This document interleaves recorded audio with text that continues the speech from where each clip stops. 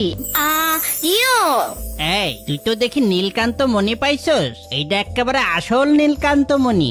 তাওফিক, এই 3টা হীরা থেকে এই নীলকান্ত মণির দাম অনেক বেশি হবে, তাই না রে? হ্যাঁ, অনেক বেশি। চল সামনে দেখি আরো কি পাওয়া যায়।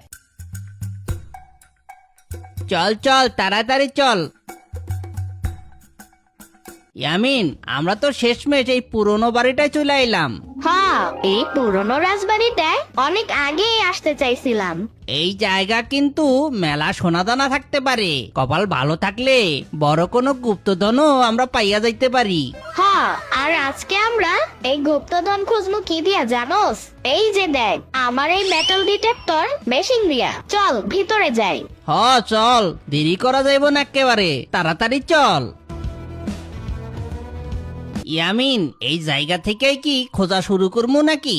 হ্যাঁ, এই যে দেখ সেই পুরনো রাজবাড়ি। বিলাহি কারবারে তাওফিক, রাজা বাদশারা মেলা সোনাদানা ধন সম্পদ এই জায়গায় রেখে গেছে। আর এই সোনাদানা যদি একবার আমরা পাইয়া যাই, তাহলে আমরা একবারে কোটিপতি হয়ে যাবো রে।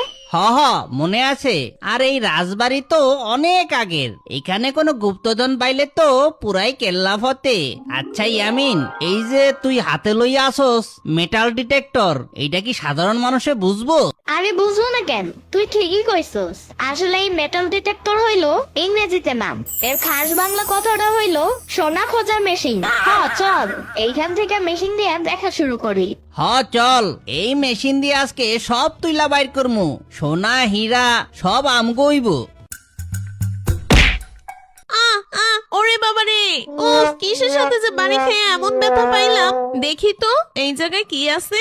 ও মা, এইটা তো সোনার মোহর। ই আল্লাহ, আমি তো কোটিপতি হয়ে যাবো।